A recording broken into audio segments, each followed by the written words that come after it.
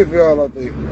हाँ तो स्वाद जिंदगी में कोई भी काम करते हैं तो उसका उद्देश्य हमेशा क्लियर होना चाहिए। अगर नहीं है ऑब्जेक्टिव उद्देश्य क्लियर तो ऑब्वियसली नहीं करना चाहिए। तो फाइनेंशियल स्टेटमेंट एनालिसिस के भी ऑब्जेक्टिव आपको अच्छे से क्लियर होने चाहिए। तो आओ जरा एक करते हैं एमसीक्यू और क्लैरिटी लेके आते हैं। तो क्वेश्चन कह रहा है which of the following is not an objective, क्या उद्देश्य नहीं होता एनालिसिस ऑफ फाइनेंशियल स्टेटमेंट का। तो आमतौर पर हम एनालिसिस करते हैं अपनी फाइनेंशियल स्टेटमेंट का, तो सबसे पहला टू जज the financial health of the firm, तो बिल्कुल सही बात है, अपनी शॉर्ट टर्म और लॉन्ग टर्म लिक्विडिटी जज करना, जो कि हम रेशियो की मदद से करते हैं, बिल्कुल सही बात है, ये भी हमारा उद्देश्य होता है, ध्यान रखिएगा। टू जज the reason of a change in the profitability of the firm, profitability में क्यों बदलाव आ रहे हैं, जो अक्सर हम कंपैरेटिव स्टेटमेंट बनाकर भी पता कर सकते हैं, रेशियोज की मदद से भी पता कर सकते हैं। तो देखिए ए बी सी ऑब्वियसली हमारे ऑब्जेक्टिव हैं। जो डी पार्ट है जिसमें कह रहे हैं कि टू जज the variation in accounting practices, यानी जो अकाउंटिंग करने के तरीके होते हैं, तौर तरीके होते हैं, उनमें वेरिएशंस पाई जाती हैं अक्सर कई बार,